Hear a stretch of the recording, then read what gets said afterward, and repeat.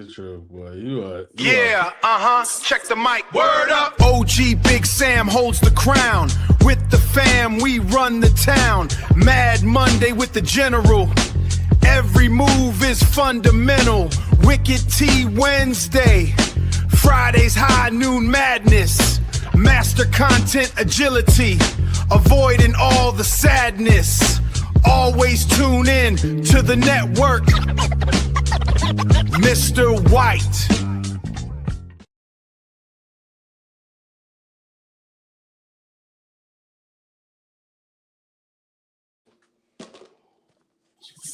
White power. White power. It's hump day. Hump day. It means that it's Wednesday. We got it's somewhat of a full pot for y'all, you know what I'm saying? And this week at Wednesday Sports T episode somewhere around near 100. I had to go back and look at the old calendar, see how many episodes we have done of Week at Wednesday.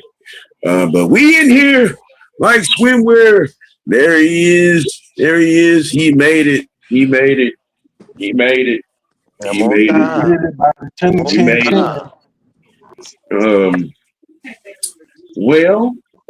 have been a bunch of announcements. There's been a bunch of declarations. Do some Falcon talk. We're gonna, talk a little bit about the dream. A championship nightmare. Yeah, we gonna get into that. With awards starting to be handed out at WNBA. You know what I'm saying? Will there be an emergency coaches meeting for Jack Strand to start?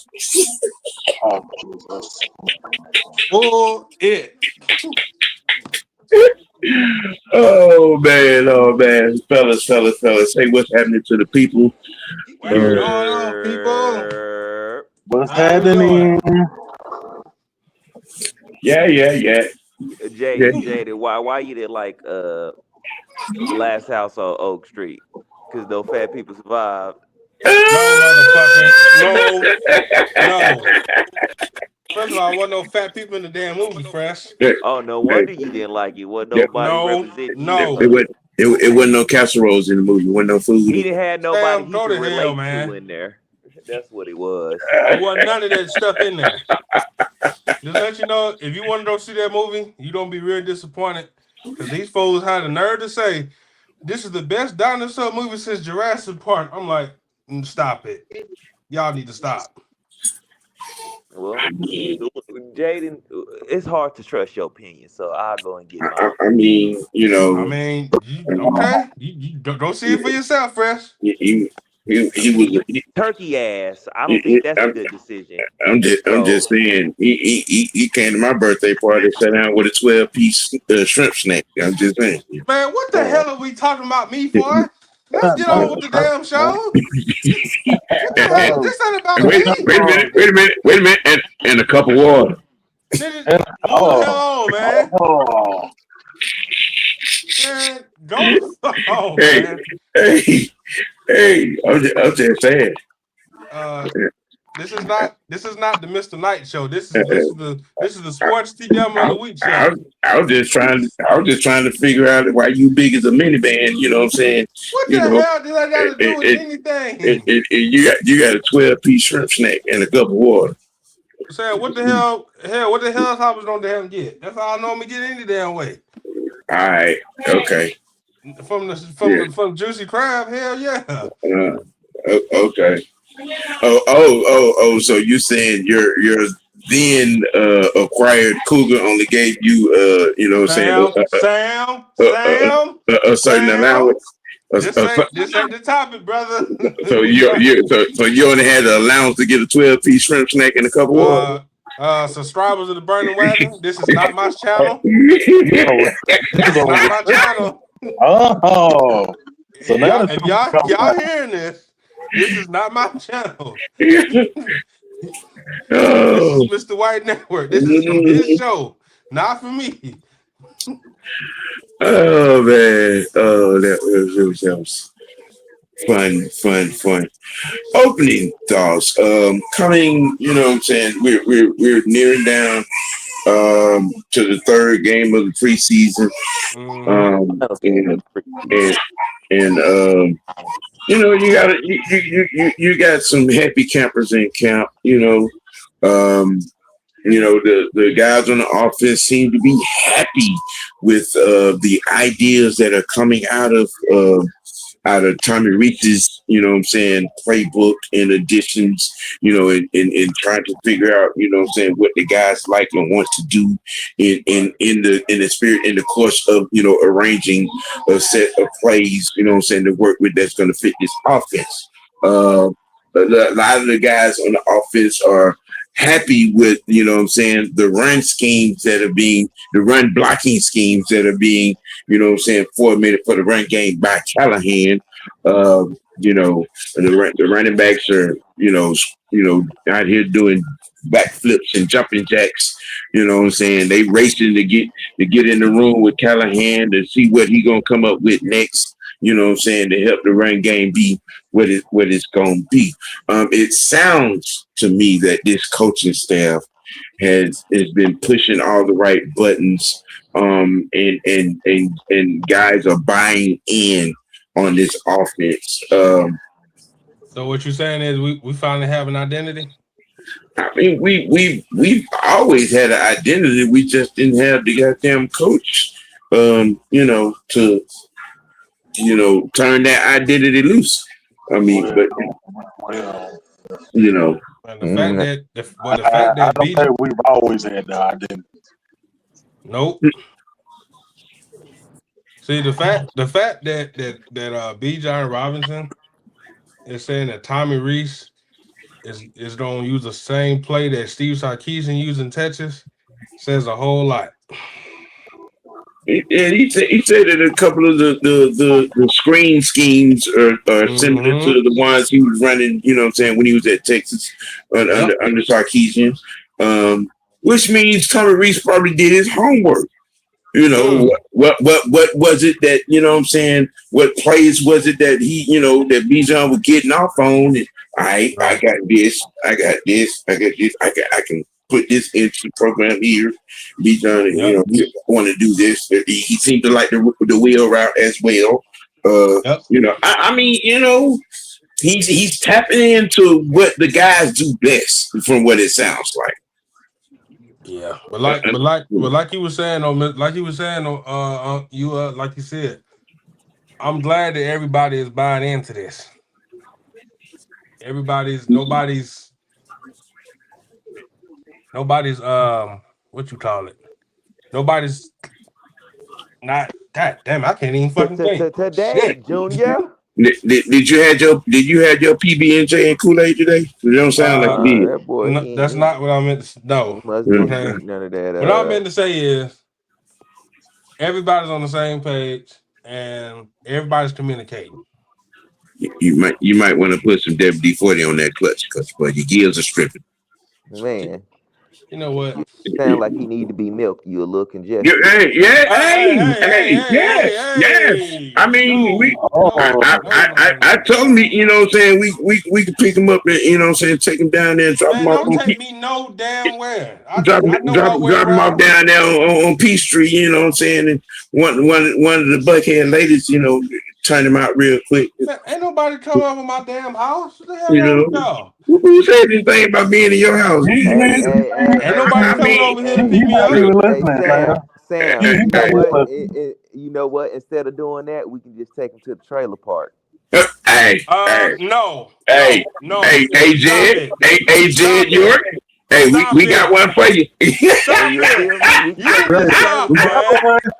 We got one. Somebody. I didn't know you can buy that type of stuff in the trailer. Ain't nobody. If you got, ain't nobody buying that shit. Listen. So why would you buy? We get the shit for free. Hey, look, man. You got the unsubscribe to Johnson & Johnson. Okay. Sir, that's not what I do. You know. Okay? You got, that's not what you said the other day. Now, what the hell you talking about? I never said shit. Nobody on him. You lied. Yeah. That's not what you said the other day. I'm gonna get some release. Mm-hmm. That one when I Yeah, was He thought we forgot about that. Yeah. You know what? All y'all ain't. We got receipts. We got receipts. You left the playbook in the truck. Nigga, fuck you and move on, man. Hey,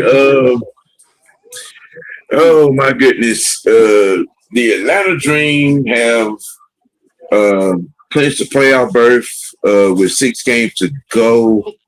In high fashion, with a 26 rebound, 3 steals, 2 blocks. She struggled from the field, but she made it up for it on the boards. For you rebound idiots, check some. Of the 8 offensive boards that she had, only 2 of them came off of her own missed shots. She had 18 defensive boards. 18, count it, 18. Okay, 18. 18. The leading rebounder in the WNBA. Most rebounds in a season. Most rebounds in a game. Yep. What? I'm just saying. You know what I'm saying? 3 other starters on this team are in the top 6 in steals in the league. Okay, Angel's in the top 10 in block shots. Yep. Right, she leads the league in rebound. You know, and the 3 amigos, the 3 Barbies, as I like to call them, Alicia, Rhino, and Angel, all average 20 points a game. Okay, the Atlanta Dream looks to be a championship nightmare. Now, did y'all see a few weeks ago? We tapped that ass on the defending champs. Now. We tapped that ass. Angel had Asia, you know what I'm saying, in a chokehold in that game. You know what I'm saying. Yes. Went out down that West Coast trip, and I'm talking about, boy, all right. Now, from where things are starting to shape up, it looks like we're going to end up with our team that we love to hate in the Indiana Fever in the first round. It's looking that way. Which I'm good with because I want to exercise that demon anyway. Yes, immediately. You know what I'm saying? We can exercise because I believe if we exercise that goddamn fever demon, everything else just gonna fall in place. Because we have a win on everybody else except them goddamn Golden State Packers. God damn it, they seem to be our one kryptonite this damn year. You know what I'm saying? And I mean, and it's an obvious reason. They're the one team that match up with us in length. Right. You know, so if it comes down,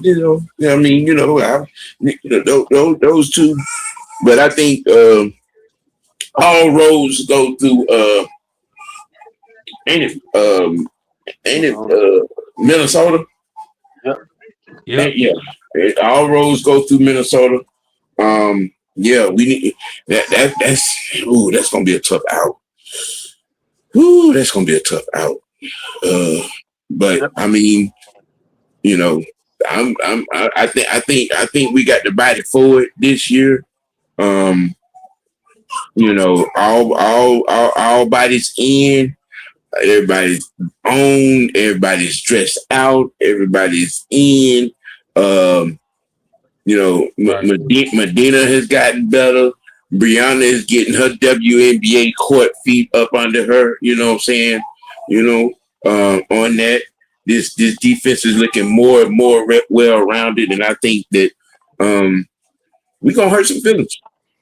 What you think, franchise? We could. We definitely could. I just want us to. We have to get more consistent Yeah. because some games we can look like we one of the best teams in the whole entire league, but then other games we go through these lows where we we only score maybe 2 points in a quarter or in like a half of a quarter.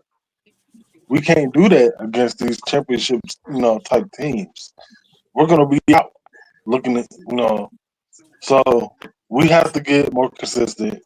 That's on both sides of the ball. No, if Mm-hmm. we can play as play a complete game, we can be there at the end of the season. I believe. Right. Yeah. Yeah. Yeah. Yeah. Yeah. All right, all right, all right, all right, all right. Okay, enough with the preliminaries. With the preliminaries. Um, a lot's going on in the media. You know,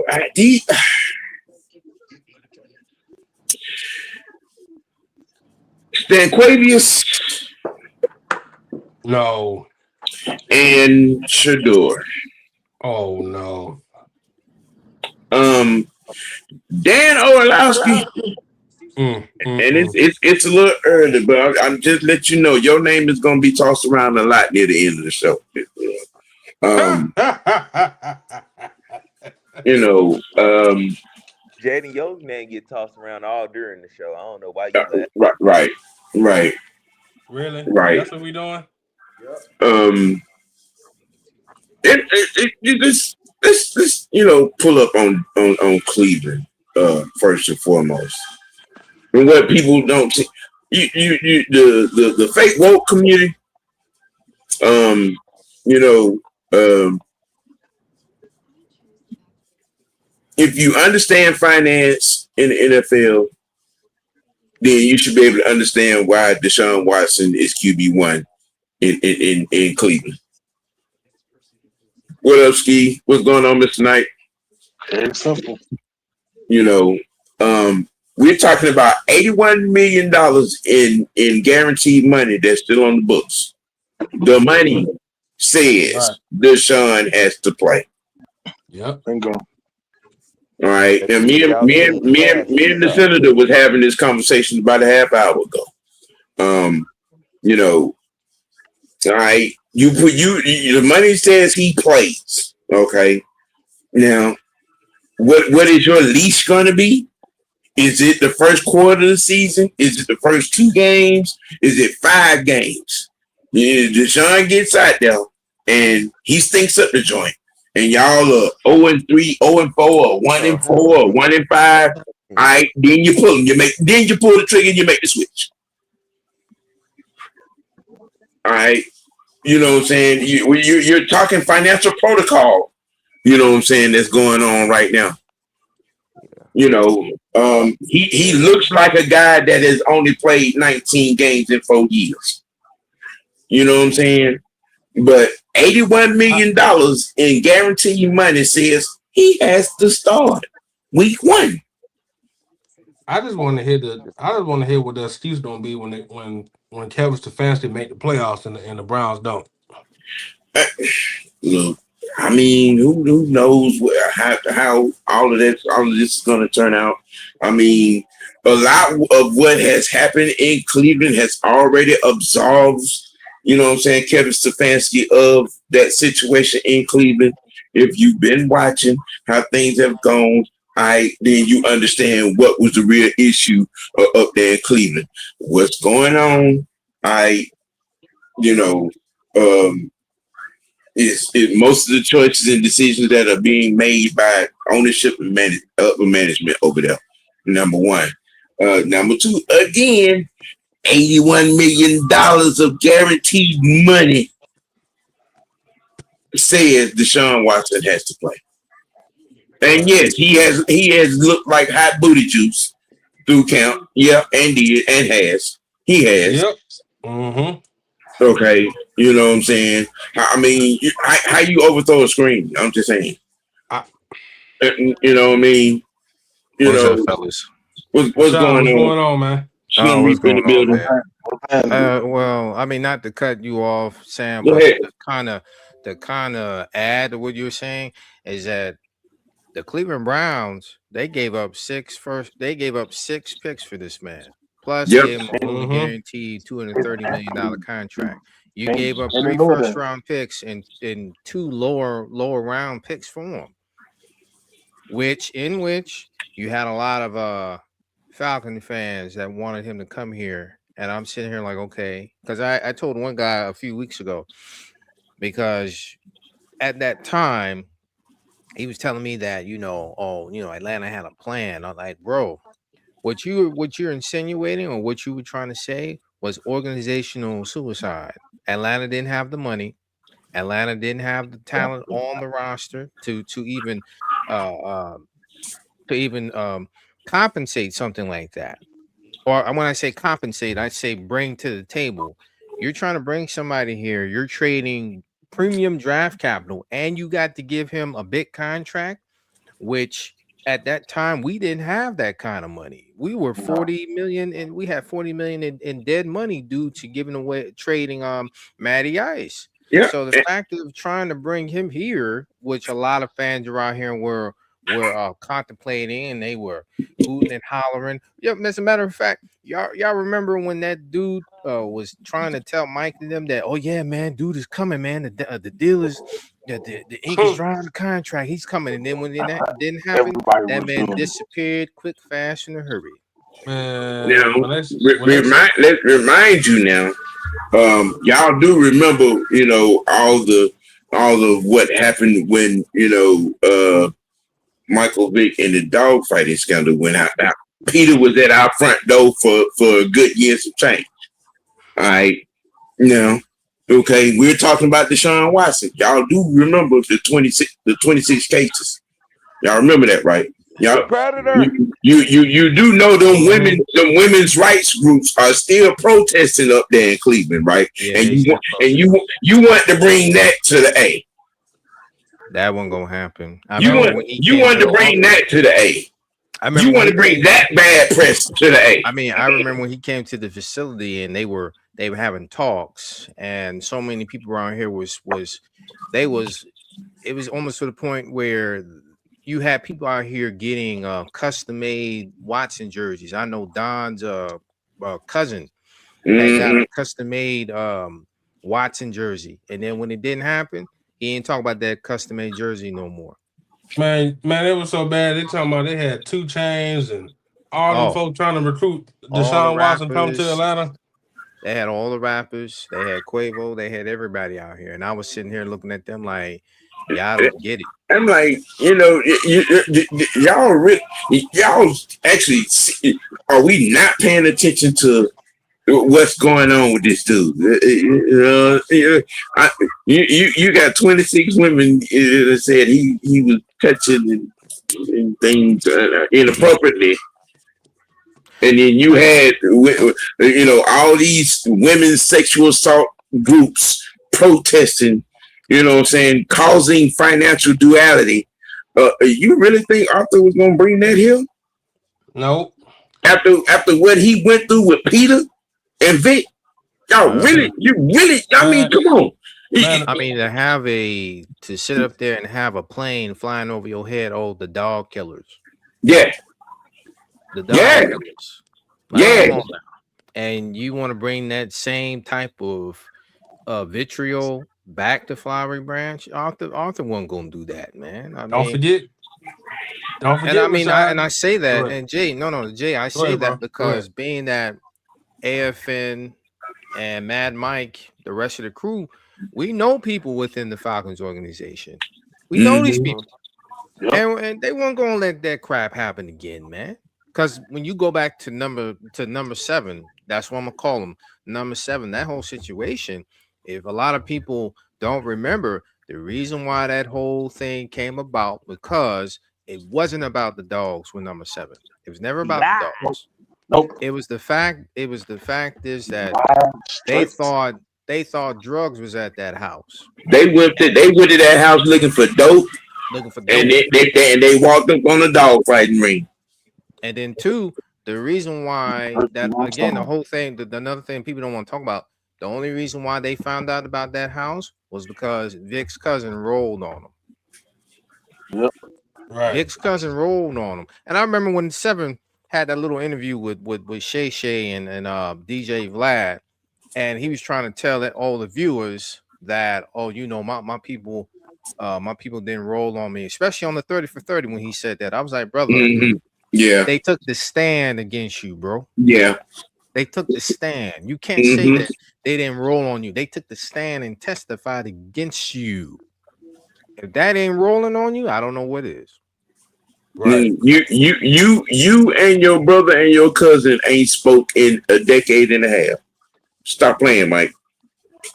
You know what I'm saying? And another thing too, remember that dude, one of his friends that he was cool with, Quanis, after that situation when he came back out of jail and they had the little all-white party, and then somebody came up there and shot the place up, and all that everybody was blaming Quanis for that whole debacle. And then after that, remember when his wife, and you can pay attention. I tell people, really pay attention to what people say and the key words. When she said that person, Quanis, is no longer in your life, man. It's no longer in your life. It's like you don't fit in. Right. Well, you know that when a person say you don't fit in, that says a lot right there. Yeah, and then when there's a whole lot. We're not friends, we can't be friends. Like, people got to pay attention to when people say certain things or say certain words like that. They really got to pay attention. Because this all started on the fact that your cousin rolled on you and said that, yo, go check the, Seven's house with the dogs. And then that's when, because the prosecutor up there in Surrey, Virginia was not going to prosecute him. And then that's when that's why the feds came in, because the prosecutor in Surrey, Virginia didn't want to prosecute him. That's why the feds came in. That's why the U.S. Department of Agriculture, their enforcement arm, came in and took over. That's why Vic got the 2 years, because he really got it because of interstate commerce. Yeah, when the situation went and what was found, it hit the news. All the animal rights groups, led by Peter, swarmed down on that thing. That's why the feds came in. You know what I'm saying? Somebody had to take a hit. And Mike didn't help himself by not telling Blank the truth. He did not help himself at all. Because people forget Arthur has so many connections, and he's one of them people. I'll just say that. Yeah. People. You mean to tell me if Vic would have told the truth, you mean to tell me Artie couldn't made a couple phone calls and swept that under the rug and then gave him a suspension, Vic would still be the quarterback for the Atlanta Falcons at that time. But he didn't do that. But you know this, Rashad? If it was still the quarterback, hell, we wouldn't even know who the hell Matt Ryan was. There you go. He could have went to Baltimore. Because remember, Ozzie wanted Matt Ryan. Yes. Ozzie was willing to trade was willing to trade picks for that second overall pick. Now, if it didn't occur, Matt Ryan would have been a Baltimore Raven. Yes. Joe Flacco would have been in Atlanta. Listen, strange twist of fate. Matt Ryan in Baltimore? With John Harbaugh? Matt Ryan in Baltimore with that defense? 4 Super Bowls back to back. All right. First ballot wouldn't even be in question. Matt Ryan is a defensive coordinator? Bruh. Now, the only question will be when. Bruh. I'm just saying. Matt Ryan is that organization with that defense. Nasty. A decade in Baltimore with Ray and Suggs in the crew and Ed. Okay, all right. Okay. But but you see, that's when we tell people sometimes the organization you go to, especially if the foundation is all about the trenches, has always been about the trenches. And that's what Baltimore up until now. I'll just say that. But back in the day, Baltimore was all about the trenches. It was all about the run game. It was all about the offense and defensive line. It was all about having a disciplined team. And it also goes back to my argument that I've always said when it comes to our organization, we went away from our roots. We wanted to be all flashy and look good and instead of being good. Right. And what you have to show for it, not one single solitary Lombardi trophy is sitting in that trophy case in Flowery Branch because for so long we too focused on, again, we want to look good instead of be good.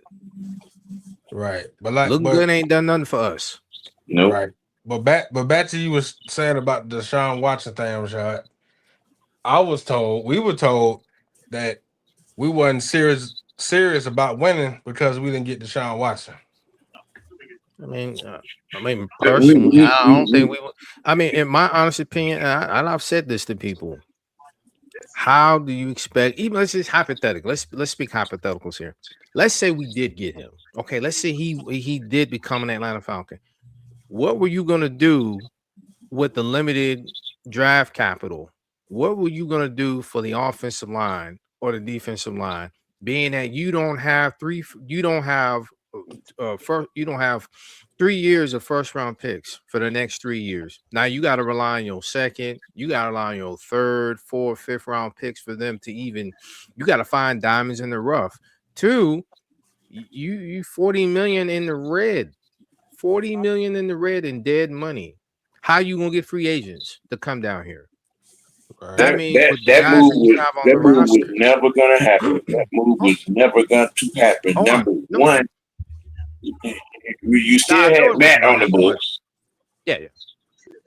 You know, you still had Matt money on the books. All right. You know what I'm saying? And Cleveland had done saturated the situation with them $245 million.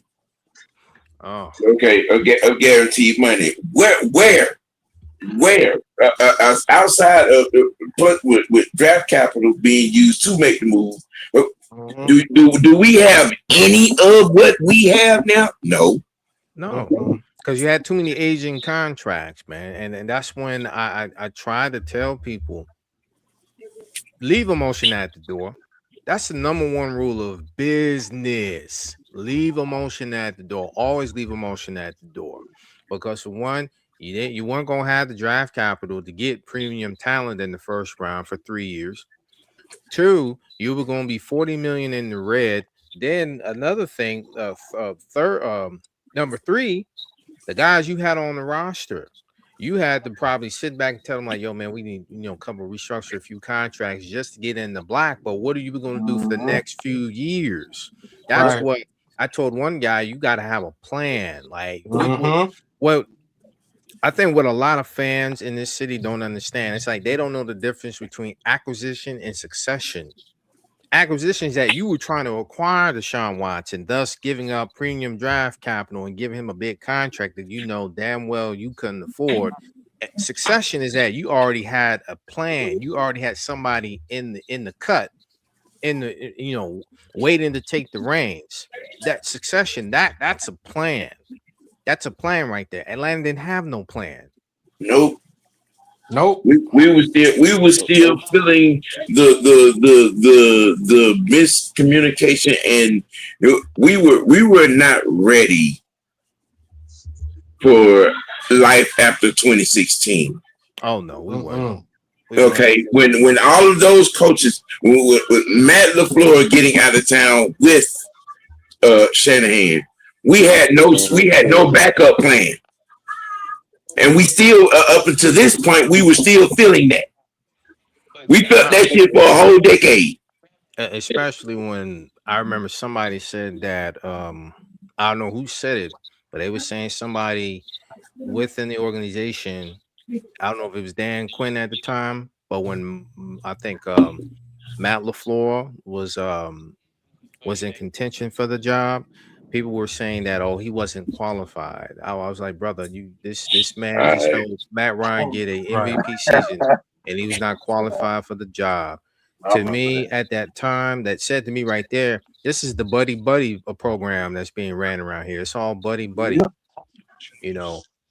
To bring in especially Steve Sarkisian, which to me still to this day didn't make sense because you brought him in, and the last time that Steve Sarkisian at that time was in the NFL was when he was the quarterbacks coach for the Oakland Raiders back in 2004. That was the last time he was in the NFL before he had got another job in the National Football League. A lot of people don't know that.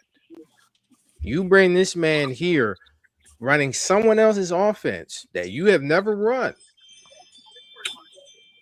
yeah. Yep. Yeah.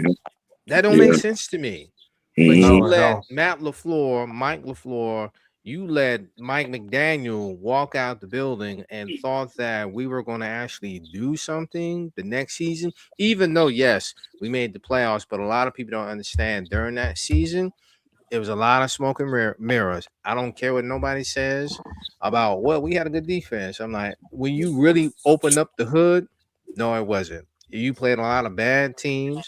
And then during that season, which a lot of people like to overlook, is the fact that every team that you went against on your schedule, they were playing straight ball control. They knew Mhm. that if the Falcons offense was out there and they gained a rhythm, they were going to put points on the board. But if you slow the game down, you run the football, you keep the defense out there to the point where the offense, when they get back on the field, they are cold as ice. They are stone cold dead in the water.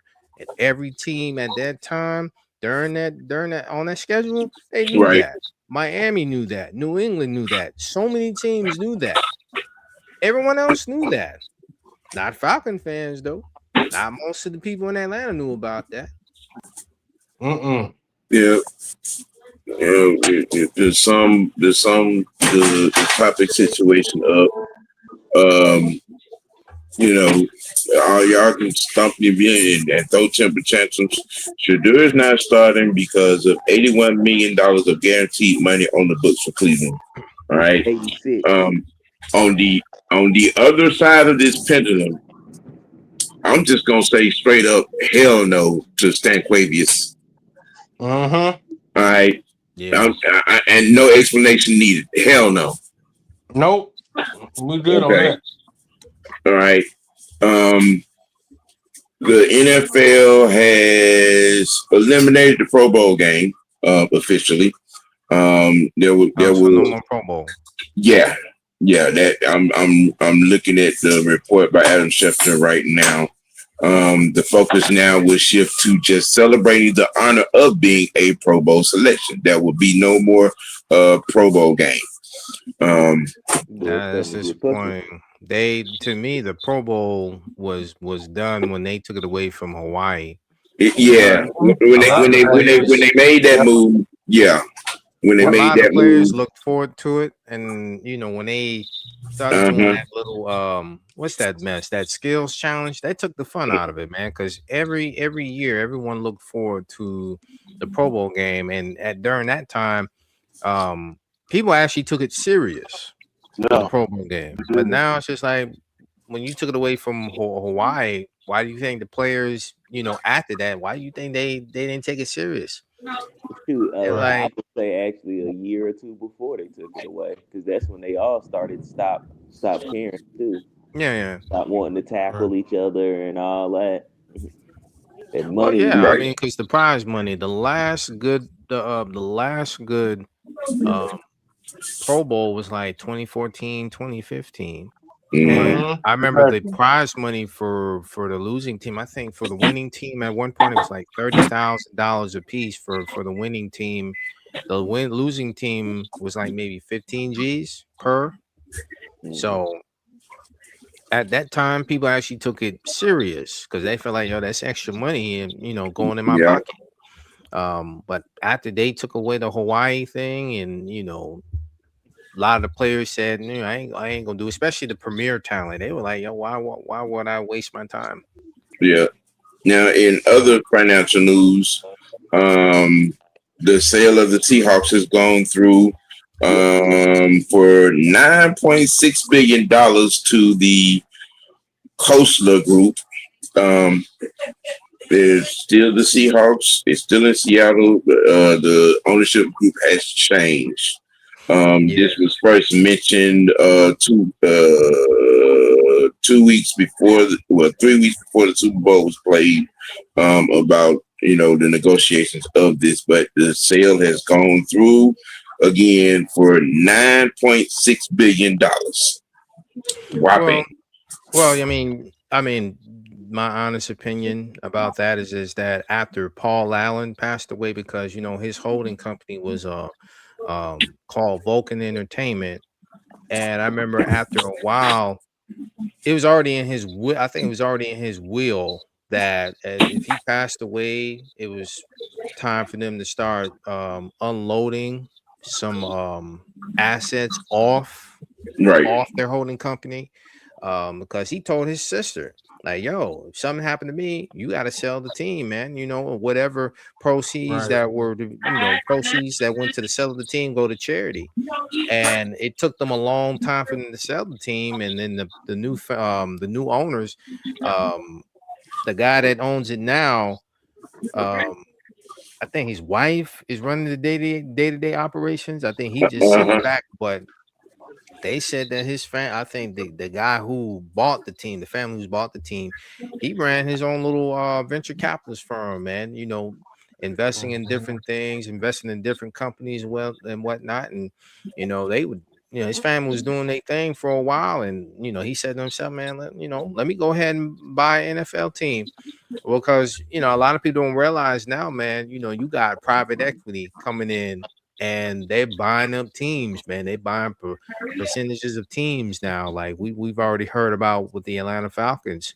With there's this PE firm, they just bought 10% of the team for a nice chunk of change, I think in the billions. Because I saw the fact that the Falcons right now are at a $10 billion evaluation. And that just shows you that this team has come a long way. I mean, when Off the Blank bought the team for like $545 million, to go from $545 million to $10.6 billion in such a 10-year, 20-year span, man, that says a lot about our owner. Yep.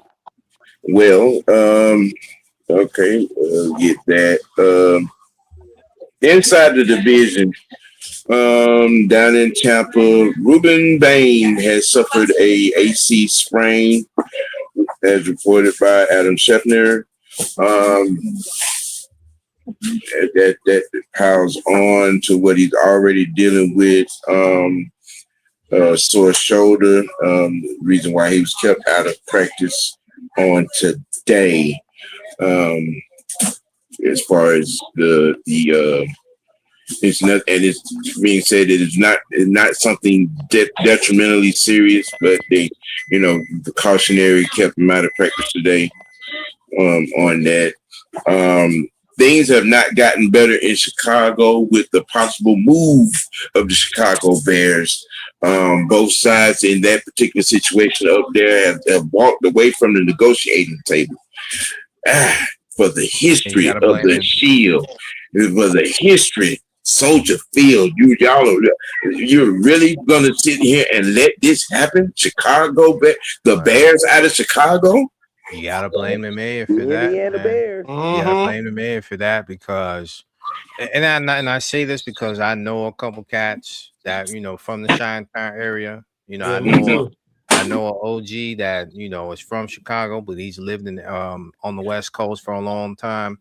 This is all due to the mayor and him growing that multi-billion-dollar deficit in Chicago. I mean, you're letting a lot of resources leave the town. You let Caterpillar leave Chicago. You letting a lot of companies leave the city.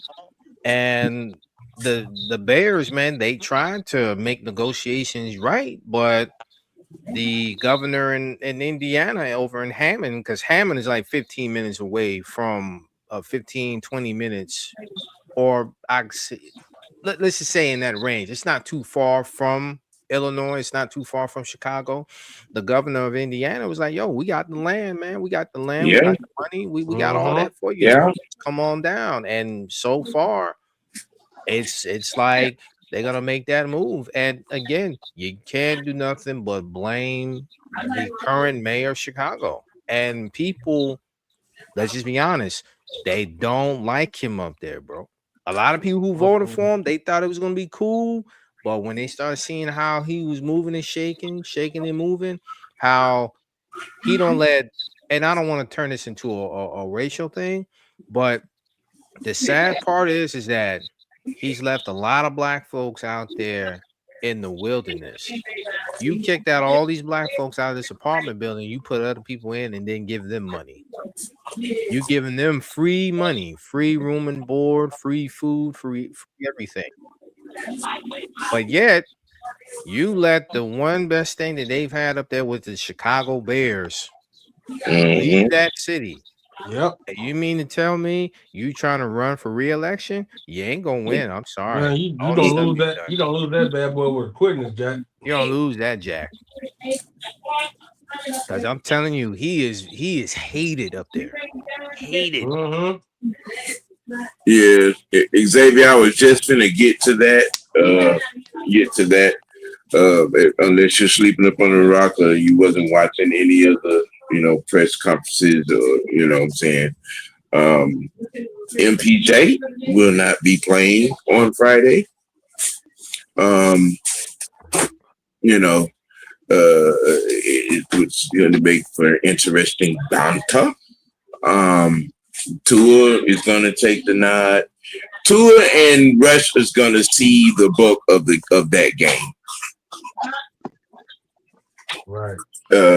That's pretty much what's that's going to be. Now, with that being said, it's been interesting conversation coming out of Flowery Branch about the decision not to play Michael on Friday. Coach K came out and said, well, he's only had 2 sessions, since he came back in the last 2 days of 11 on 11s, and one practice in the joint practice, session. So, I mean, it makes sense to me. It makes sense to me for him not to play. But now going forward, where going forward, does that put him in week 1? Even with what he has said about being ready to start for week 1, as well as being cleared, but his activity leading up, does he start week 1?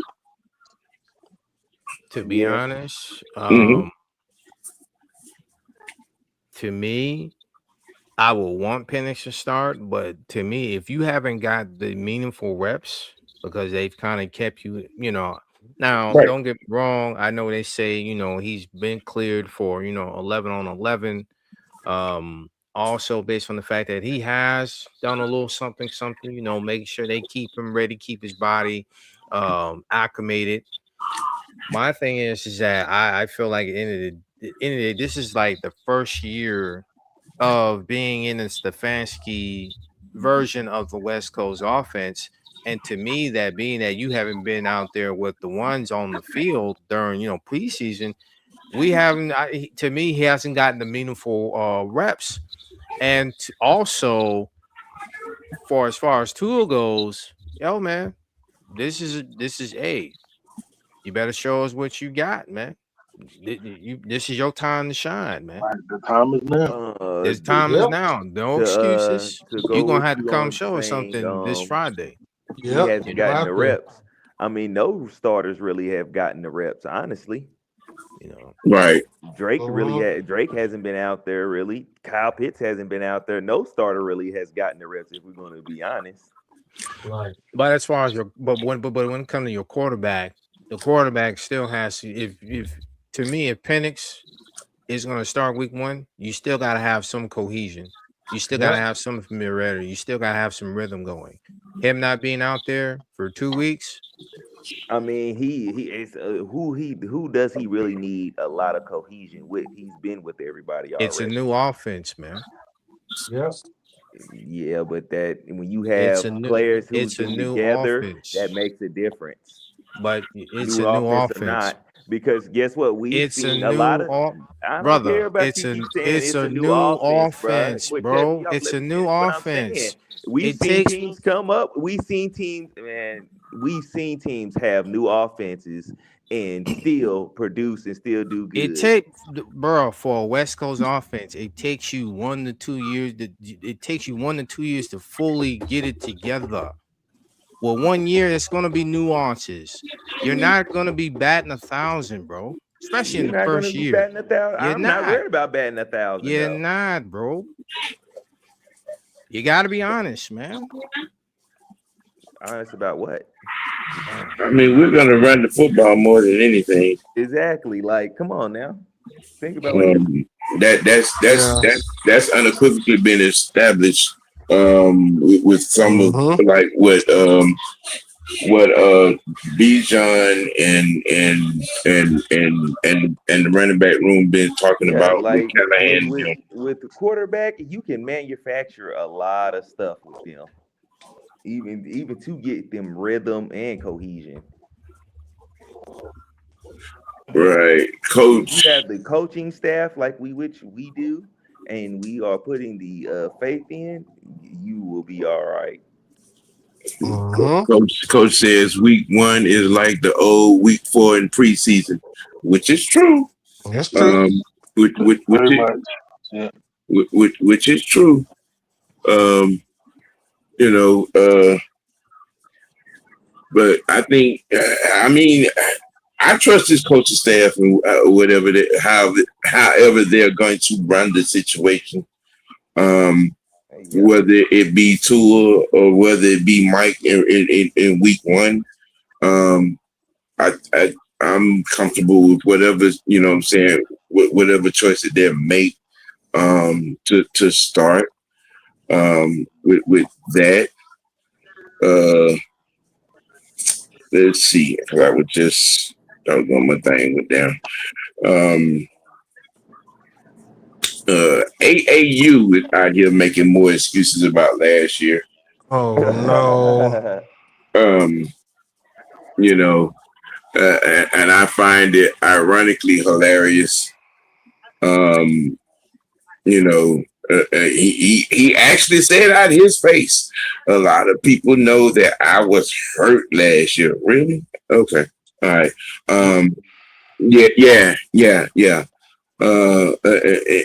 And so I really could not do anything like I wanted to. And this was after the joint practice with Washington, which they didn't look too well against the Commanders in that joint practice. You know, I just, when it really boils down to back taxes, you know, Lamar, you should really just stop getting in front of a microphone.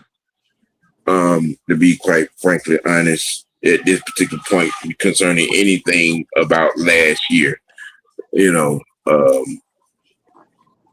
you know what I'm saying? You just need to stop talking because there is too much of a stone mountain sized expectation on what you should do as opposed to what we all know you are going to do. You know what I'm saying? And for the sake of, you know, beating a dead fucking horse. I mean, you have ceremoniously, willingly set your ass crack on that damn pedestal. You know, and then all this talk about having a chip on your damn shoulder. And Man, this fool got more excuses than a bitter baby mama. and you led that mutiny against Harbaugh. Yep. Okay. You know what I'm saying? You and it's clock struck 12 for free agency to start, and those 9 players, 5 of which were starters, left that damn team.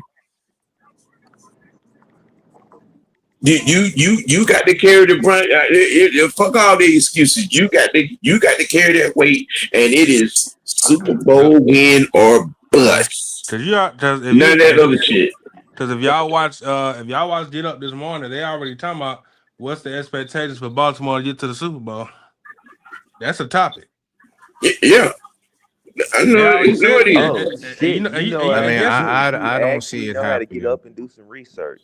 I've been watching sports shows, man. Don't do that, man.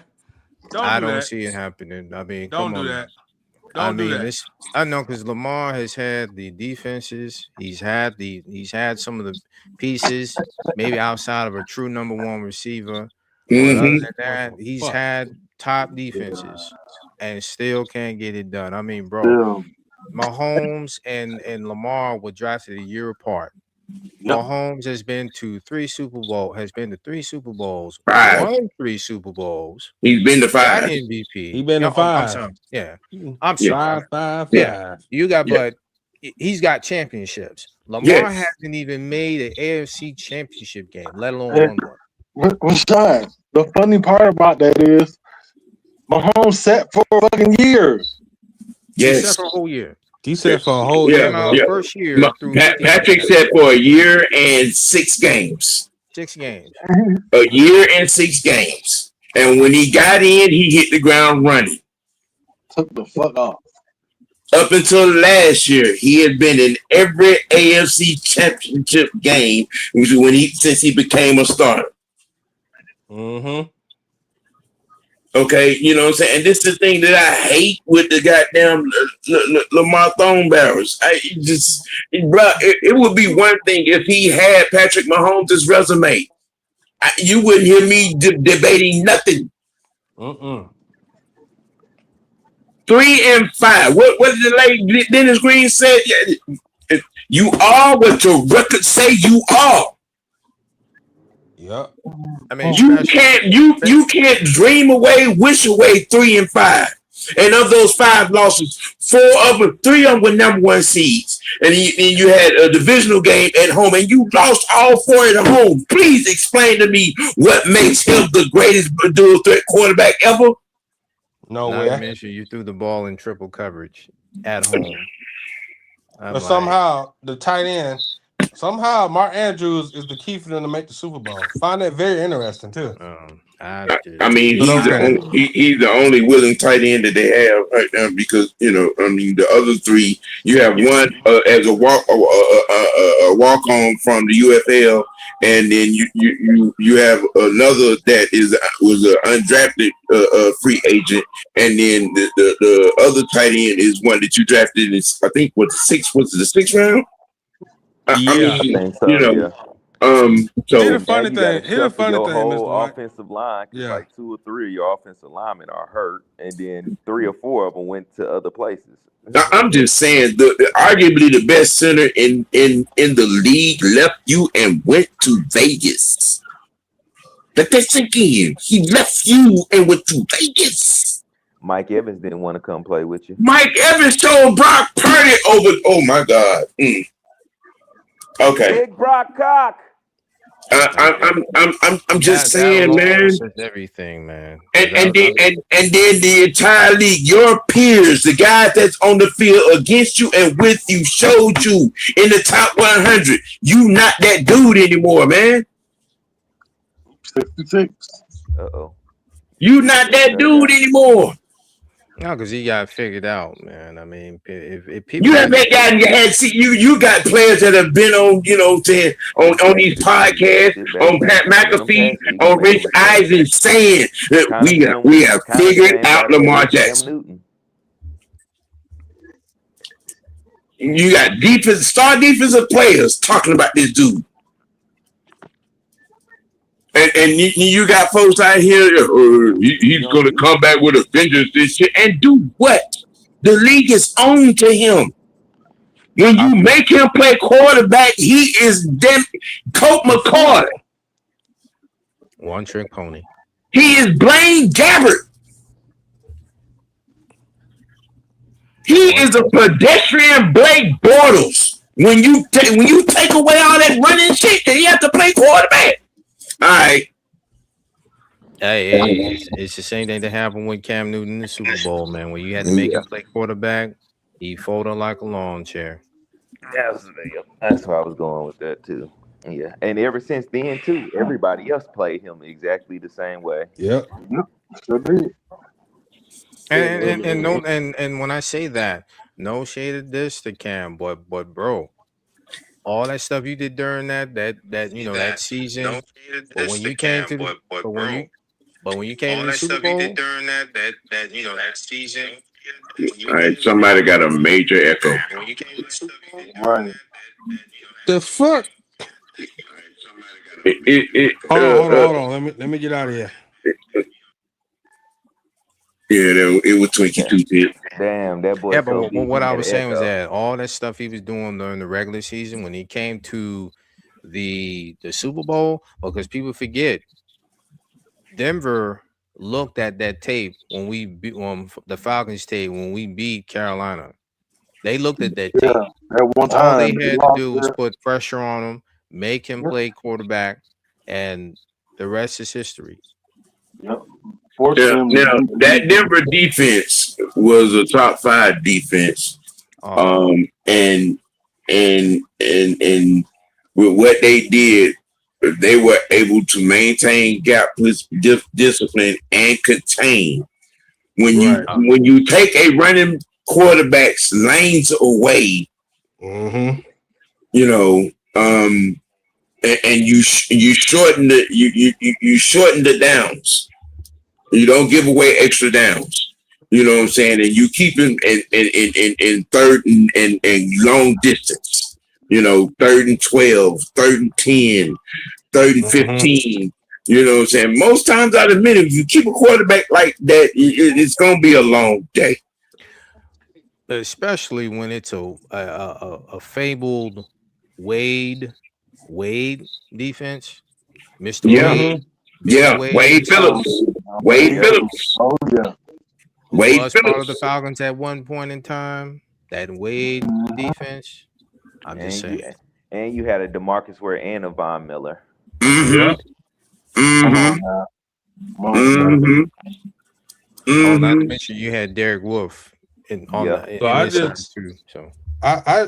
just want to hear the excuses, Mr. White, when Lamar Jackson don't go to the Super Bowl this year. I can't wait. I mean, let's just be. If we just want to be honest, man, when it comes to Lamar, a lot of people just don't want to get the fact that he's not that dude. Nope. Yeah, he may have the MVPs and everything. Don't mean a damn thing. But when it comes to Super Bowl, and I'm adding, and don't worry, I'm adding to that. Go ahead, bro. At the end of the day, when we've seen you constantly wet the bed year after year after year after year, it comes to a point in time. It comes to the point where you just have to say that, yo, Lamar, you are overrated, brother. You are overrated. I'm sorry, I just gotta say it. Because, brother, I ain't never seen no quarterback, especially at home in the divisional round, throw the ball in triple coverage, man. Brother, when I go back and I look at that tape, Jay, I just sit back and laugh, bro. Here's a funny thing. Here's a funny thing about this, right? I'm over here watching Get Up ESPN, and these fools don't. Of course, they don't say, "Wait, man, Jesse Mentor, you on the clock, bro." Oh, what? Okay. I stopped watching that shit. He on the clock now. Okay. All right. Wait. Hold on. Stop. He's a first-year coach. I'm like, what the hell are y'all talking about? He's a first-year head coach. If anything, if we want to be frank here and be honest here, Lamar's been on the clock for how long? For a while now. Because remember, since 2021. Since 2021. Remember now. No, hold on. Because remember now, he's been on the clock, like Sam just said, since 2021. And we forget Jesse Mentor. Yeah, this is his first year. Lamar is not his guy. I think he Lamar gonna is get not his traded. guy. You don't think Jesse Minter saying to himself, He don't that, mess okay, around. I got somebody, I got Lamar here, but okay, I'm gonna want my own guy. If Right. Lamar doesn't get it done, that's the conversation that needs to be said, man. And don't think for one, Steve Bisciotti and Eric DeCosta, them guys are not having that conversation. So all of a sudden, He- y'all want to say, if he gets a new deal, it's gonna be elsewhere. well, I'm telling you now, It's gonna boy. be elsewhere. Look, it's all set. It's set up for it. When he fails like he has failed, in you know what I'm saying, 23, 24, 25. Okay. And you know, it's been real. It ain't been fun. We'll holler at you. Mentor is going to be drafting his quarterback next year. Oh, of course. Because with a new coach, they that's always where, gonna want their guy, man. what's the name don't come out this year, do we? Who? Manny. Yeah, Manny don't Yeah. come out to Yeah, he's he coming does. out next year. Well, they're saying it, but that you know, the college guys are saying it, but the family has been maintaining he's going to do the full term at Texas. Okay, so you know who hey. I can see them maybe drafting? Chambers. Yeah. Ole Miss. Chambers or the guy the young man Wisconsin the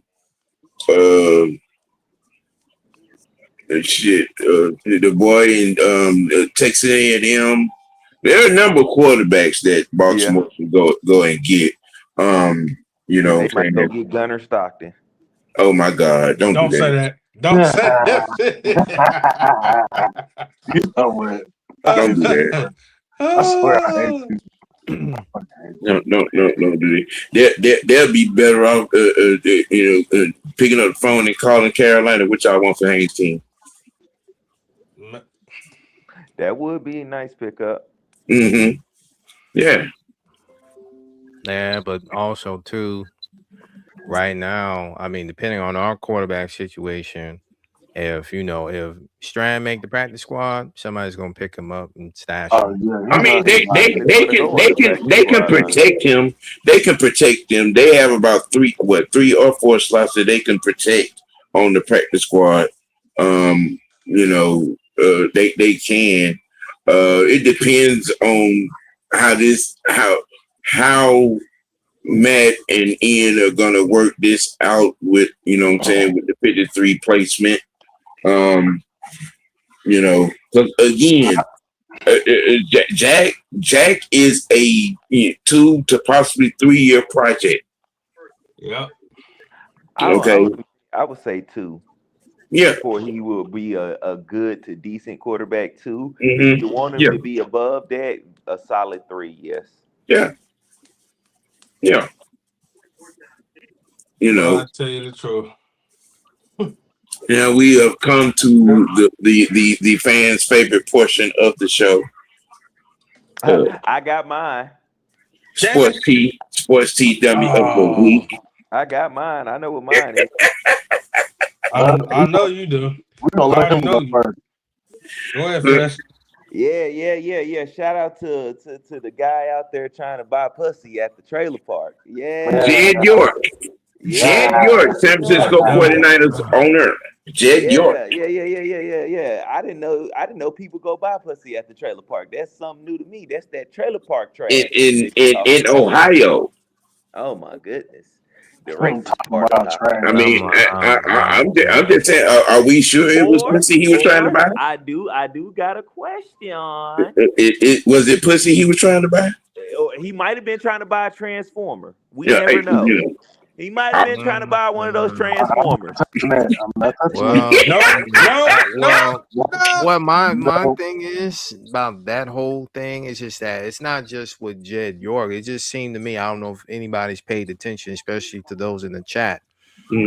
It seemed like the whole Niners organization is just taking L after L after L. Have you noticed that? Yeah. A lot of L's. But this one right here with Jed York. I mean, brother. I'm like, come on, man. Your family's worth billions of dollars, bro. You can't, Coach. especially during that whole debacle. You mean to tell me you trying to your clientele? Like you can't. You know what I'm saying? Like, bro, you get the higher clientele, the higher, but you go for the. He was trying to be discreet about it, but the thing is, the reason they misfortune has started ever since Kyle Shanahan got there. Their misfortune has started.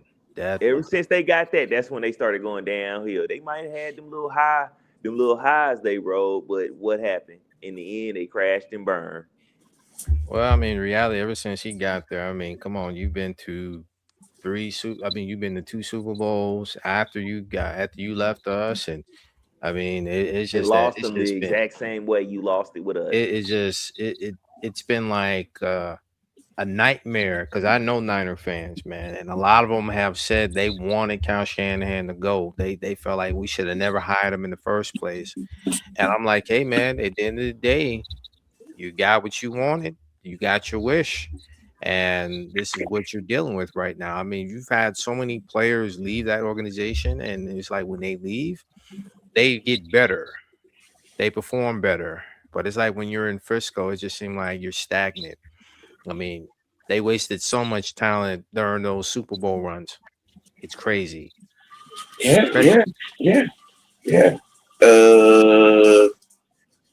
Who's next? Go ahead, franchise. I know you got one. Go ahead, Jay. My sports team of the week is Lamar Jackson. Stop running your mouth and don't actually win something for once. Damn, Sam, you sound like a man after your own heart. I mean, you know, you know, saying little big brother can't never do nothing originally on his own. You know, he trying to, you know, sound like he trying to buddy you up to something. Right. Which y'all not gonna do it. You're not gonna be ganging up on me on this goddamn show either. That's what you're not gonna do. All y'all can go to hell. Hey man, you so big, we gotta gang up on you. I'm just saying. I'm just saying. I just don't ever pull on nothing yellow and bend over. We think you're a cab. Hey, no, I thought he was a school bus. Oh man, bro. See, Rashad, this is shit I deal with every day on here. Hey, bro. I mean, he is the size of a minivan. No, I'm not. Don't listen to this fool. Don't have this man lie to you. Yeah, okay. Man, wow. Because I was about to say, man, Jay, not only they dishing you for your weight, I mean, they said the same thing about your voice, bro. Like, why? I don't know why they worried about my voice, bro. I mean, I even joked myself, man. I was like, bro, hit him with the bass, man. I was just like, he ain't got no bass. He ain't got no bass. Who ain't got no bass? He ain't got no bass. Shit. Them shrooms ain't dropped yet. You know what I'm saying? Okay. You left that. You don't know. I shouldn't have said nothing. I'm sorry, Jake. You left them in the car with the cougar. Sam, shut the hell up, man. Before I seen what Jaden looked like, Jaden used to sound skinny. His voice don't match his body. Skinny? All right, I'm gonna mess around and get in my old lady voice. Y'all better stop talking about my grandson like that. Your old lady. Who? Your nanny? You heard me, sir. Stop talking about my grandbaby like that. Your nanny? You know what? No. You heard her. Hey, you might want to take that thong off, bro. Sam, shut up. I'm not wearing no thong, bro. Don't play with me. That's what it sounded like to me. I don't know. No. Now we know why you still got that big card. All right. Okay. Yeah, man, get the hell on. Okay. Trust me, I can get it when I feel like getting it. Get what? What are you? Bruh, you really want to go down that road when you left a cougar in the car? Sam. All you had to do was stop.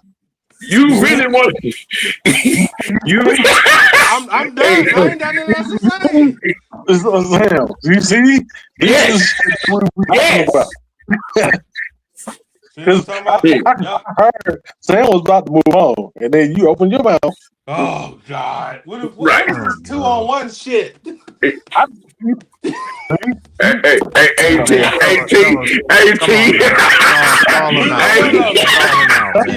Neither one of them. Stall him out, man. Stop. I'm Stall him out, man. I am done.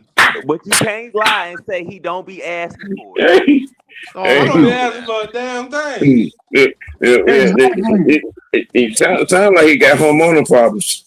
Oh no. Oh, why? You know what? Why? Franchise? Why? Don't have with your sports team every week, bro.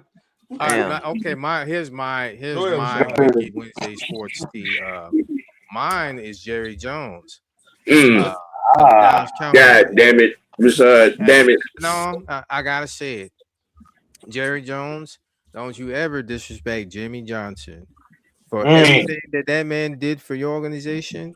Damn. I'm not mad with him for exposing your dirty laundry, because if it weren't for him and for that coaching staff, you wouldn't have won them championships back in the 90s.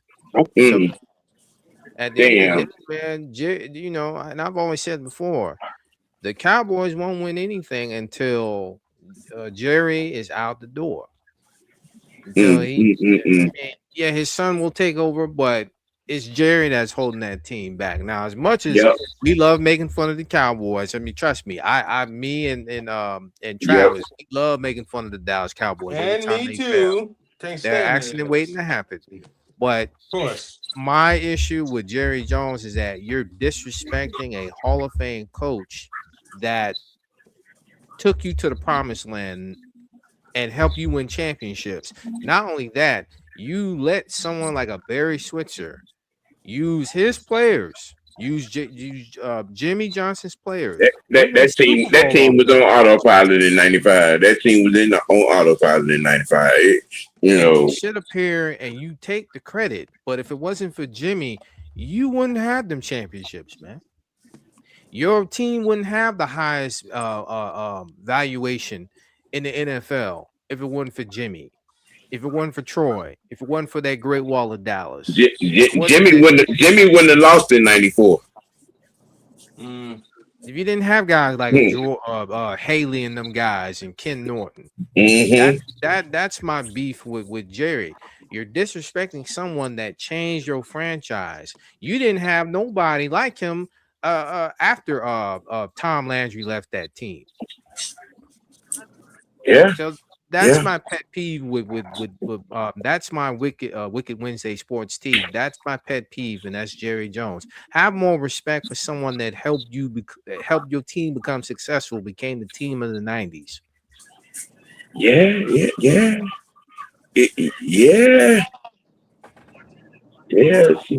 Now you got to have an emergency coaches meeting. Yeah. Oh because man, Jimmy put it out there. He put it out there. He made a little post and exposed the whole thing. Yeah, and did, and did. Man, damn! You stole me the answer. That was gonna be mine. He got you. Yeah. He hit you with the Tooth Fairy Act. Snuck in the window and let me get that up off you. Yeah. Didn't leave you nothing. Yeah. But I'm just saying, based on the fact that you gotta respect guys like Jimmy that came from the legendary U, that came from the University of Miami. When he came on the guys like Bergenheimer and brought that culture from the U to Dallas. And for Jerry to sit up there and try to disrespect that man, now, but whether you're a Cowboys fan or not, you still got to show respect to the person that actually turned your franchise around. If it wasn't for him, Herschel Walker would still be a Cowboy. Right. Mm-hmm. Yep. One of the greatest trades ever made. But that trade got you that offensive line and Emmett and some parts of that defense. But I still got one in the chamber though. DeMarcus Spears. DeMarcus Spears, the advocate, the other crybaby advocate for Lamar Jackson. Bro, you got to get you some new pads and get up off them knees from Lamar Jackson. You got to. Yeah, he got to stop slobbing on that knob, bro. You got to, bro. Being on national TV. Yeah. You and Ryan Clark on national TV and almost crying for this dude, man. Come on, bro. Come on, man. Come on. And Orlowski, you too. Yeah, you know what? Yes. That was one of my. You know what I'm saying? Dan Orlowski. That whole soiree about us trading for Shador. And that's why you will forever be on NFL films running out the back of the end zone for goddamn Detroit Lions. Stupid shit like that. That whole trade scenario, bro. I mean, bro. Okay, all right. You show every day on national TV why your football career was shorter than a mosquito hair. Because some of the shit that comes out of your face, I mean, goddamn, yeah. The Forrest Gump get reincarnated in you? Hey, but that's ESPN for you, man. You got a lot of guys that have played, and some of them still don't know what they're talking about. That's the sad part. How you played in the league, and in some cases, you still don't understand the game, even though you played. That's why some of them on the ESPN, I don't take them serious. Skip Bayless too. Yeah, he could get the trophy too. Dracula face looking ass. Oh yeah, and Cowboys fan. Every year when they lose, I love seeing the reaction on his face. It's like Christmas. I love it. It's like Christmas comes early. I love it. I love it, man. I mean, despite what people may say about Stephen A. Smith at the moment, I will say this: me and Stephen A. Smith have one thing in common: we don't like the Cowboys. I'll say that. That is one thing I can't agree with. Yeah.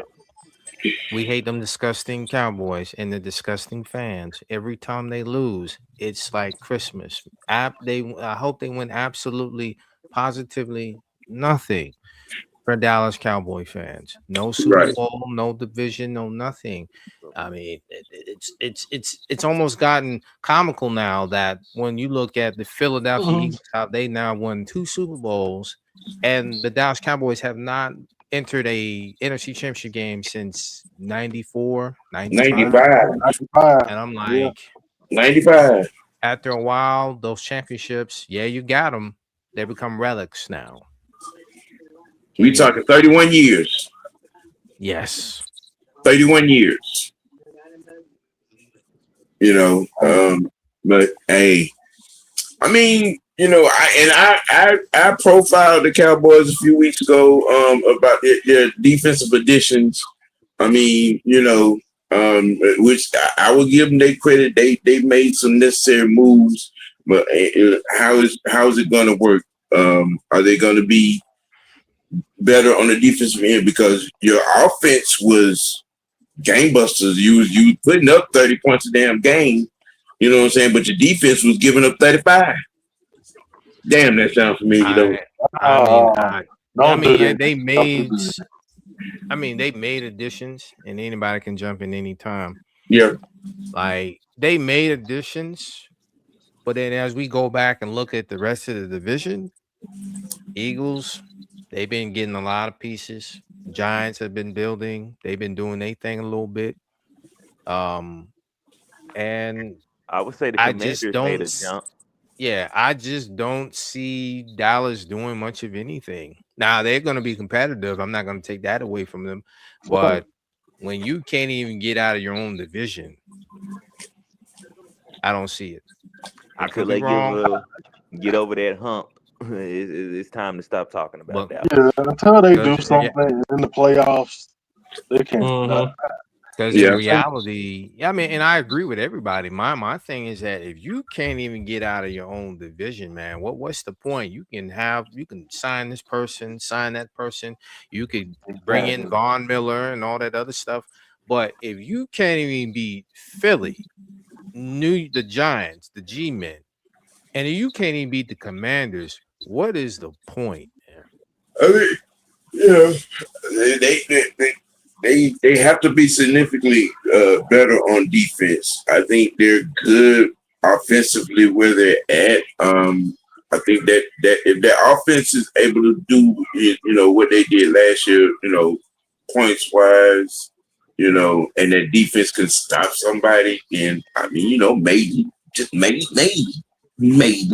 This sounds great, but maybe. I mean, it looks good on paper. That's why I'm still saying maybe.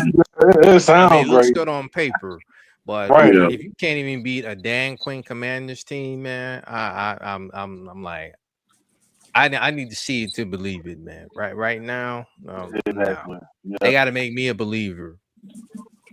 Hey, franchise, who your sports team of the week, bro? I know you got one of them.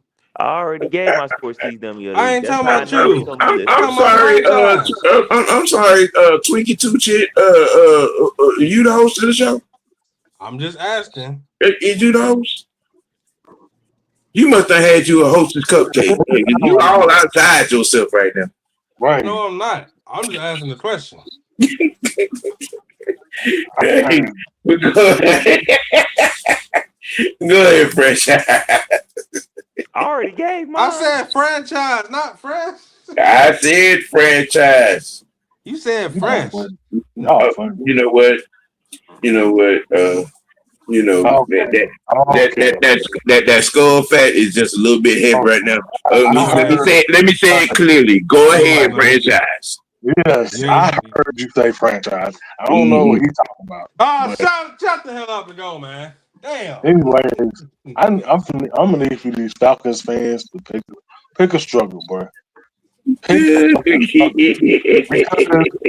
that because just a week ago, everybody on Twitter was hooping and hollering that the season was over because we lost the fucking preseason game. Yep. I'm like, okay, and then fast forward a week. Oh, we're all good now because we beat the Colts. And Jack Strand is the new Matty Ice. D2 quarterback, QB1. I pray it's that bad answer, y'all. I'm gonna need for y'all to get it together. Yeah. Because y'all traded Matt Ryan like shit. All 14 years he was here. But now all of a sudden, y'all traded White power! who's been only doing this against 2s and 3s. Like he's the next power. How many G? White power. White power. They tuning for the tuning. Wow. White power. Yes. White power. If anybody's gonna fuck my sister, it's gonna be me. Yes. They gave the man. They get the boy got 3 new nicknames now. You know what I'm saying? They call him Jack Frost. Yes. And a few others. I think they're coming up with a bunch of new nicknames from him and everything. And Ice Strand. Yeah, Jack Frost. You know what I'm saying?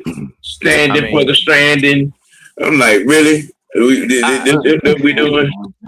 I'm just be honest, man. I've had these conversations with people when it comes to Strand and Matt though. I'm like, when you look at the organization, when Matt was there, when Matt was here, the organization, in my opinion, was just focusing on one side of the ball. You wasn't thinking about the organization. And then when people talk about, well, okay, he didn't get it done, I'm like, no, bro. It takes an organization to win a championship. Yes.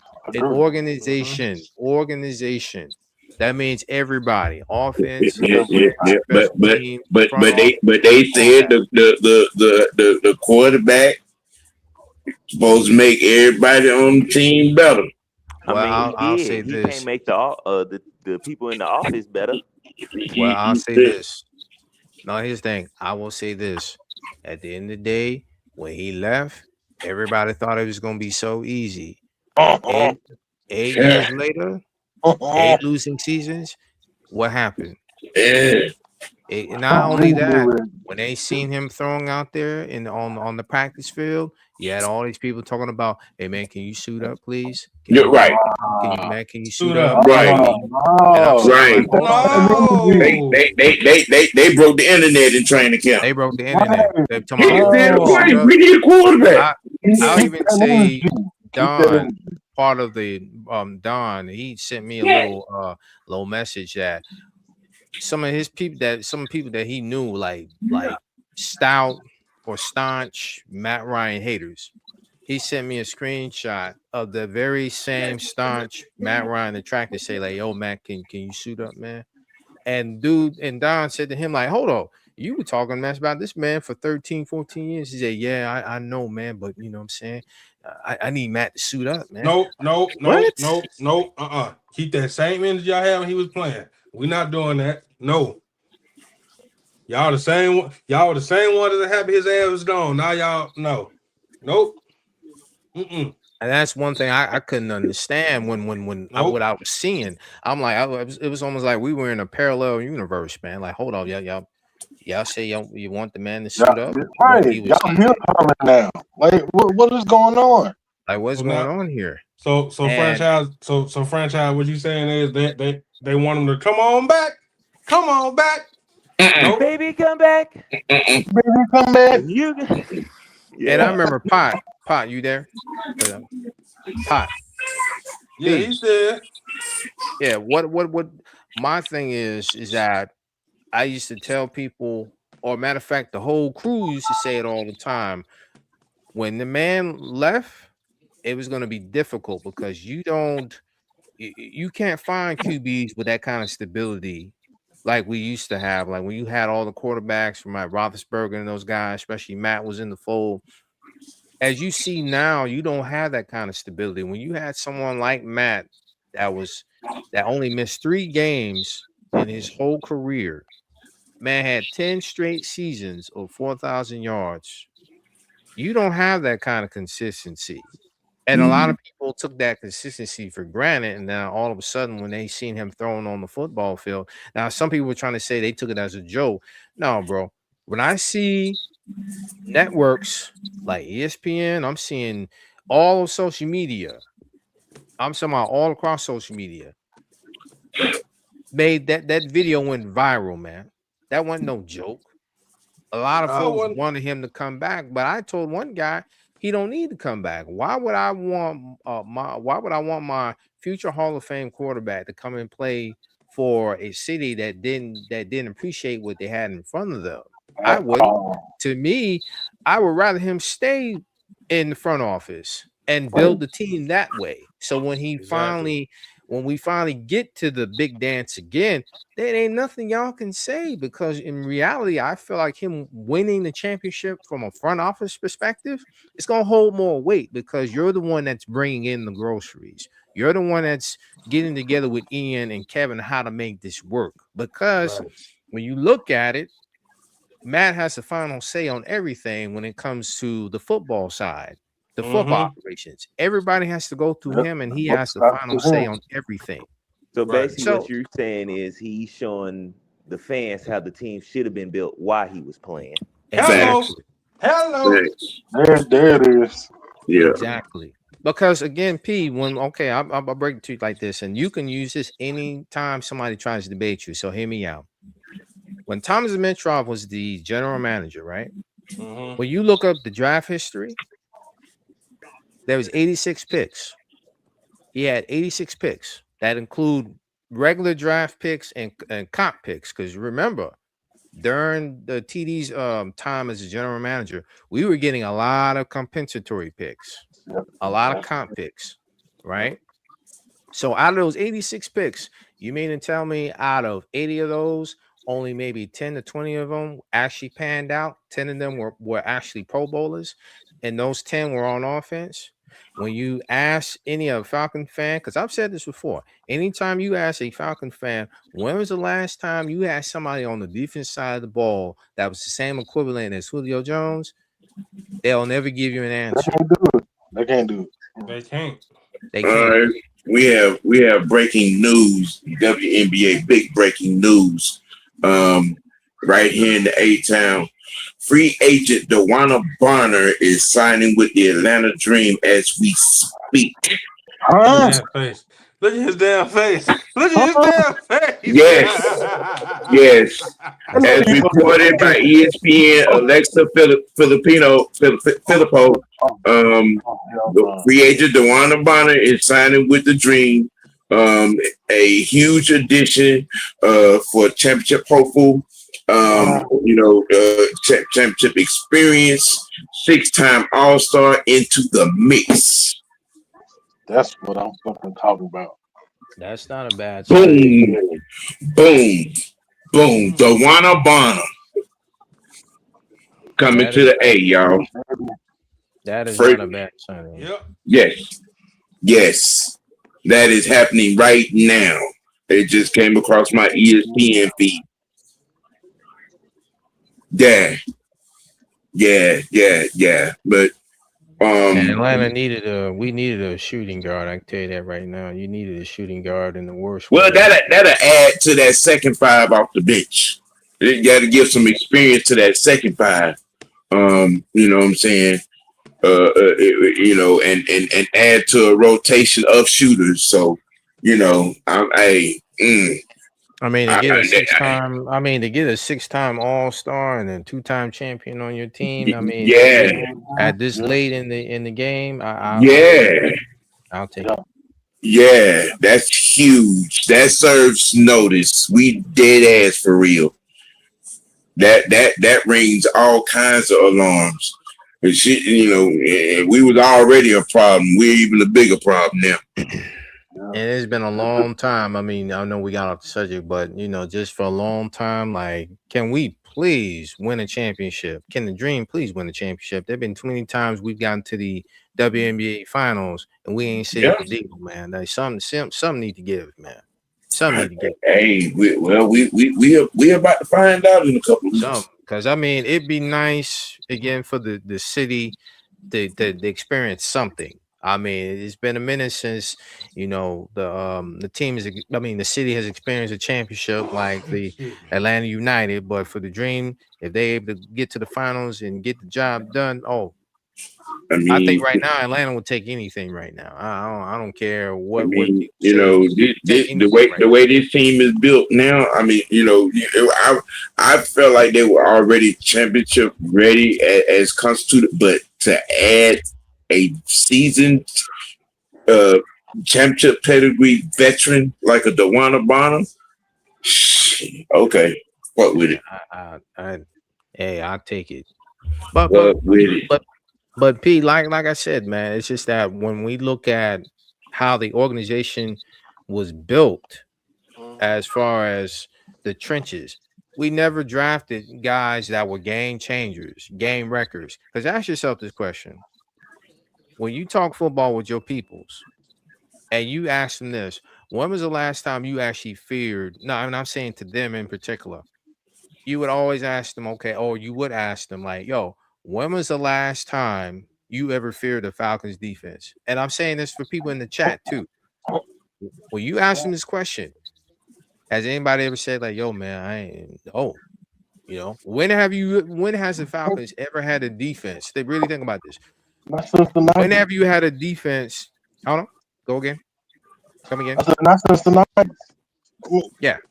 And I'm saying this because Atlanta has never had a defense within the last 10 plus years that you can say that would scare people. That could say like, yo, man, that defense gonna take us to town. That defense it's gonna be a long day at the office with that Falcons defense. I have never heard anyone in such a long time utter those words. And it goes back to the mentality of your organization. When it came to Rich McKay, when it came to Thomas Dimitroff and the coaching staffs we had at the time, it just said to me that we weren't serious. We were more like a country club than a football team. Well, so when I correlate that, when I compare that to what we got now, we're finally serious for once. Yeah, because that defense on last season played well enough for us to be a playoff team. Yeah. Just saying. Yeah, you know, you can see that now. You can see the mentality when it came to Thomas Dimitroff and Rich McKay and the guys that we had on the staff, like outside of Keith Armstrong, the guys we had like Ray Hamilton, D-line coach, and a few other guys. We weren't serious. This organization, under this new regime, under this new administration, we're serious. You don't get guys like a Bryce Johnson that was part of the Eagles and bring him here like that. You don't bring a guy like an Ian Cunningham. You don't bring a guy in like a Kevin Stefanski. You don't bring in guys like bring back Callahan. You know what I'm saying? You don't get especially Callahan. And I said that to Sam. I said this to you about 2 weeks ago. Yeah. Bringing in Bill Callahan showed me that this team was serious. When you bring in someone like a Bill Callahan that is one of the best in the business when it comes to developing old linemen, that told me right there, we are finally serious on developing the trenches. As I've always said, and I've said this before amongst the guys, you can't play no bully ball if you don't have no bullies. What I mean is you cannot expect to get down with the big boys, hanging with the big dogs, if you ain't developing no dogs to go to war. We had puppets. Awesome, little chihuahua. Well, but here's the thing, P. Like me and Ant has said this for years, man. When it came to offensive line, we were too light in the pants, man. Every single time the ball was snapped, the other teams were having a field day with us, running the football, getting sacks, making the rookie quarterback or veteran quarterbacks look like Hall of Famers. Every game, every single year, it was embarrassing. But the fans will tell you, me, and everybody else, we want to win. How the hell you gonna win when every single time you getting gashed in the run game? So you can't even stop the guys on third down. You letting the other team collect first downs like they collect Pokemon cards. We giving up first downs on 3rd and 25. What are we talking about? Bro, don't remind me that bullshit. We don't know how to recover onside kicks. Oh my God, no. Hey, I ain't trying to lay on that couch, man. So we just got some breaking news out the NBA. Free agent Jonathan Kuminga has agreed to a 2-year, $13 million deal with the Minnesota Timberwolves. Yeah, that just happened. Yeah, not a solid pickup. Wait. Did we get a conversation? Was it a sign and trade? Was it a sign and trade? No, he was a free agent. He's a free agent. We let him walk.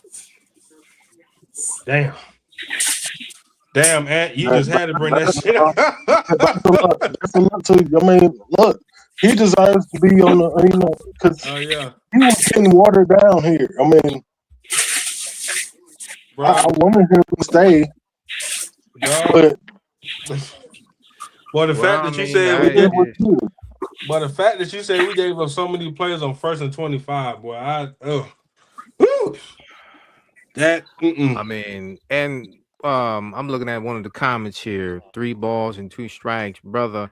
When you look at the opposite side of special teams, when Cordell Patterson was here, did you know that when he made that kickoff return for a touchdown? They said it was more than 10 years since the Falcons made a punt return for a touchdown. More than a decade. Thanks since Devin Hester that Thursday night. Devin Hester. Yep. And that tells you right there the mentality of the organization at that time. Well, you mean to tell me it took you 10 years to finally get a punt return or kick return for a touchdown? Just saying. No disrespect to Keith, but when you're not supplying him with the players, and yes, we had a good we had a good punter with Matt Bosher, and we had Matt Money Bryant, but when it came to the punt return game, the kick return game, it was terrible because you didn't supply the guy. You didn't supply Keith with the guys. You get Devin Hester, but that was like 1 or 2 years. 1 or 2 years. You didn't have somebody that could stay here and be a staple. And that's when I go back and say to the mentality of the organization, when you have a country club mentality, when you have a soft ass coaching staff, you don't have a soft ass football team. When you have a soft ass head coach, you're gonna have a soft ass football team. Yep. And people knew we were soft, man. You had freaking Saints fans. I remember that guy Keenan Vaccaro when we had the hard knocks, man. And Mike Smith was saying, "Oh, we're gonna be tough. We're gonna be this. We're gonna be that." And Saints players at that time made comments like, "Oh, y'all ain't tough." Bernard Pollard, he was like, I remember he said in the preseason game that year, or the year after, he said, "Oh, they're pretenders." And to hear that, it hurt. Because again, when you have the coaching that is not like tough, not playing tough, you are tough. And then when the rest of the organization, rest of the league can see that you're soft and you don't do nothing, man. And then not only that, at that time, that front office was bringing in players that were cheering for the other teams. Also, man. did I say Tyler Davidson? No. And on that note, thank you. You know, at the risk of opening up the garage door to bring in the couches to lay on, no, you ain't stirring that damn pot. Yeah. I mean, just bad. I mean, but that was another terrible contract, man. I mean, yeah. We can just, if we go down the row of bad contracts, man. No. I'm just saying. I'm not gonna. Y'all pull up for Friday, man. Falcon Friday will regular show, but also double as pregame. Again, I got to reach out to coach to see what his situation is going to be. If he's still not able, I would definitely be putting in the watch live work and the halftime show as well. On that game, Atlanta and Miami. And also on the program alert, which means the SmackDown review will be on Saturday. We just decide on the time to accommodate everything on that. But hey, remember, all you gamers, moviegoers, music lovers, y'all pull up tomorrow. Culture popping. We got some things for you. You know what I'm saying? We got some conversations. We had, two mega stars in their own rights to leave us this week. Dolly Parton, which will be a conversation. And that Luke Curry. He was a good, great actor in his own right. Some of the movies that he was in, we're gonna have that discussion. Yeah. Pennywise the Clown. Yep. Yeah. So and Dolly Parton, man. I know we're gonna talk. Y'all guys are gonna talk about it, but here's one little hidden fact that a lot of people didn't know about Dolly Parton. Dolly Parton, she developed a neighborhood in Nashville for people who were disenfranchised. A lot of Black folks who didn't have a place to go. She did a lot of things for Black folks. She did a lot of good things for Black people. She let them clap. Yep, Dollywood and Dollyville. Yes. They said there was a lot of things she did for at the African American community. It's just that Oh yeah.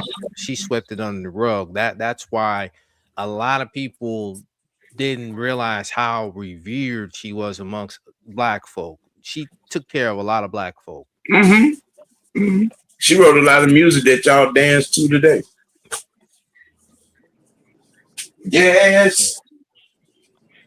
Yeah. So truly, rest in peace to Dolly. Dolly. Rest in peace to her for real. Right. So y'all pull up for that tomorrow. And again, Falcon Friday, we're gonna go over the lineups, the expectations, the position battles. We're gonna carry that conversation into the watch live in real time. And play by play, what I'm saying, get down. Y'all know how we do, what I'm saying. So you pull up for that. And hey man, the teapot is empty, ladies and gentlemen. We once again, as always, noted, we gotta make sure that you all understand we appreciate you all for tuning in, whether it just be watching or you're in the chat. You know what I'm saying? We appreciate you because this don't work without y'all, man. You know what I'm saying? We'd like to, make it known that we appreciate your engagement, your questions, your comments, your perspectives. You know what I'm saying? All of that, your viewership, we appreciate it over here. You know what I'm saying? All the way through this group, from through the conglomerate, through the alliance. You know what I'm saying? Through the network. You know what I mean? All the way through. You know what I'm saying? Y'all the reason why we put this work in, Monday through Friday. In most cases, Monday through Sunday. Oh, I agree with that. Because at the end of the day, you guys make us who we are. And also, despite the differences, despite everyone having opinions, we all want to see this team win. We also want to see this team finally seal the deal and bring that Lombardi trophy back to the Peach State, man. I mean, because at the end of the day, and I've said this amongst the other guys, people have to understand, man, how we feel after that 2016 season, how close we were to wanting a championship, wanting a parade. Because I'll say this, I don't care if Atlanta wins other championships after that, because you'll never forget the first one. The first one, you'll never forget that one. Hopefully, with this organization and the way that it's in the direction that it's going, we can finally seal the deal and see that parade for once. As the person that lived through 82 and 98, you know what I'm saying? I'm just I'm chomping at the bit to see it, you know what I'm saying, come all the way home. I mean, it's twice we've been there, but I feel like with this, I truly believe that, and with this organization now, the way that it's going, I think we're getting there. But we have to trust the process. It's gonna be it's not an overnight thing, and we just have to trust the guys that we finally got in there now. Because I for the first time in a long time, I really feel that we're getting there. I didn't feel that way for a long time. I'm telling you, for over 10 years, I didn't feel that way. Even with the other coaching staffs, I didn't feel that way. Now I do. Yep. All right, man. Y'all got any other thoughts or anything before I close this thing out? Keep y'all Mick Foley right. Of course. Get your motherfucking Mick Foley.